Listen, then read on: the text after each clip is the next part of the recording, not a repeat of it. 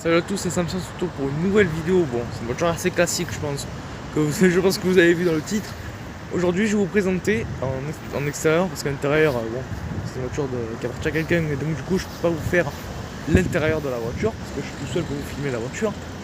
Et donc du coup, je pense que vous l'avez vu dans le titre, c'est une Peugeot 308 de première génération que je vais présenter, une 308 1 en L 6 VTI 120 chevaux.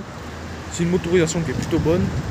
Donc du coup, déjà je vous invite à aller vous abonner à la chaîne, pouce bleu, cloche de notif, et c'est parti pour la vidéo.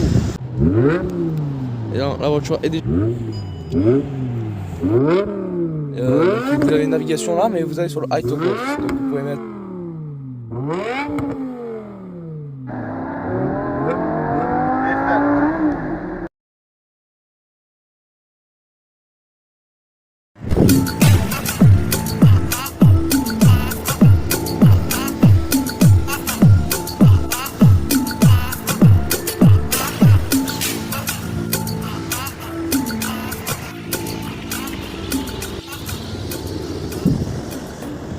la présentation de cette Peugeot 308 première génération.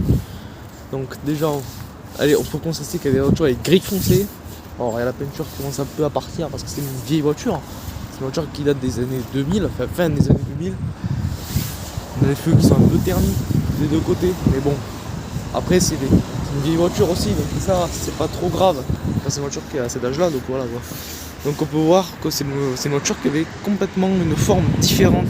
Les 308, elles ont toutes pratiquement changé, à part la 2 et la 3, parce que la 3 et la 2, ils ont fait un style, ça ressemble un peu quoi. Mais là, c'est un style complètement différent, c'est une compacte, donc du coup, voilà.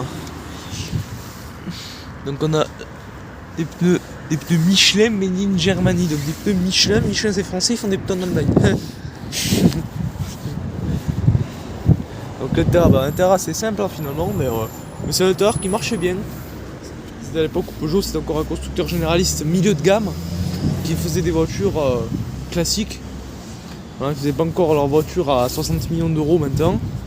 Donc du coup c'est une petite 308 1 en 1,6 litre VTI pour la motorisation en 120 chevaux du coup. Ce qui est une puissance plutôt correcte pour ce genre de voiture. Voilà. Ça ressemble, c'est un A. Hein. Voilà, c'est un petit A donc il a quand même 120 chevaux, ce jeune permis quand même, il a quand même 120 chevaux, ce qui est pas mal. Hein. Et du coup, 7 chevaux fiscaux du coup. Du coup, on a l'inscription Peugeot, le petit lion à l'ancienne, le petit 308. Voilà, bon là, je pourrais pas passer à droite, hein, simplement parce que la Clio 5 à côté elle gêne un petit peu, mais bon. Mais voilà, c'est quand même le pare-choc qui est pas, il n'y a pas beaucoup de plastique en fait. Le pare-choc, enfin bien sûr le pare-choc il est en plastique, mais en plastique peint. C'est pas du plastique. Vous inquiétez pas, je la cache au montage. C'est un plastique, c'est plastique peint. Il n'y a pas beaucoup de plastique brut sur cette voiture. C'est ça qui est bien. Cette voiture, il y a beaucoup de Peugeot modernes, elles ont du plastique brut. Par exemple, là sur les SUV, sur les contours de jantes, sur les pare-chocs, par exemple la 408, elle a un gros boudin en plastique, mais ils auraient peut-être pu le peindre. Je pense que peindre en peint, ça aurait peut-être été mieux. Mais je vous. Donc là, on a le montant, ils ont mis un cache comme ça. Ça fait mieux fini. Alors même si ça commence un peu à s'abîmer, c'est une voiture, c'est normal, c'est une voiture qui a plus d'une dizaine d'années. Surtout qu'en plus là c'est les premières phases, hein. C'est une 308 1 phase 1 parce qu'on a encore le logo, l'ancien logo des années 2000. Parce que le logo actuel on va dire, pas le nouveau, le nouveau implémentation, le nouveau, mais le logo qu'on connaît tous de Peugeot qui a duré jusqu'à 2000, à peu près 2021, il est arrivé à partir de 2010.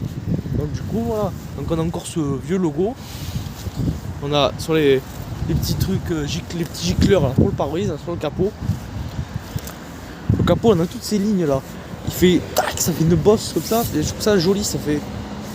Alors ça fait peut-être un peu plus vieilli que les Peugeot d'aujourd'hui, mais c'est vraiment. Alors, c'est que ça qui est en plastique brut. Ça c'est du plastique brut, mais sinon.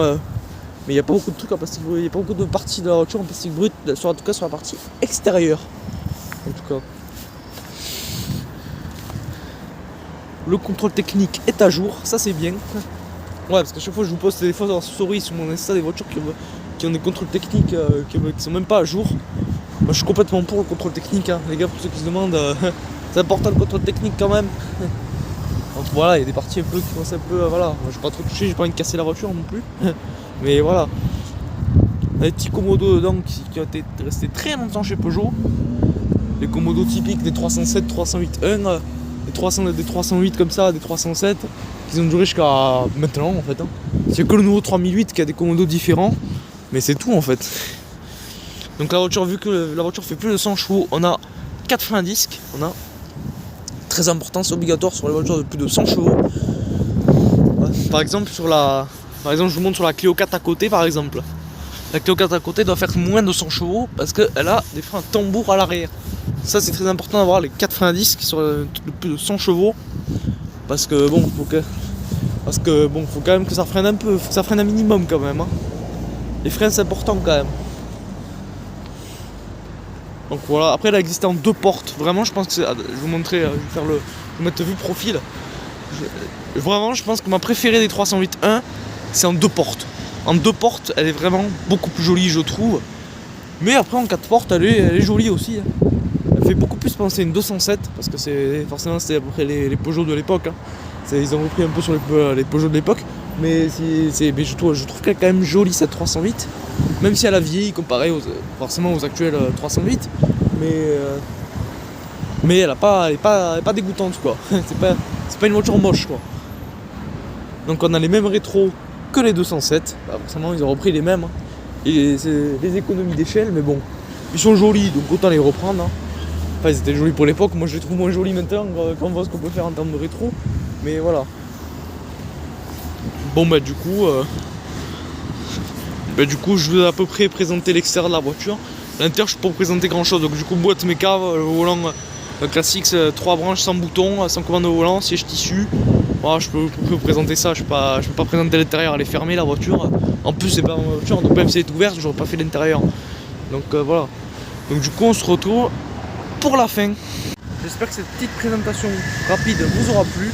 N'hésitez pas à vous abonner à la chaîne, très important. Cloche de notif, pouce bleu.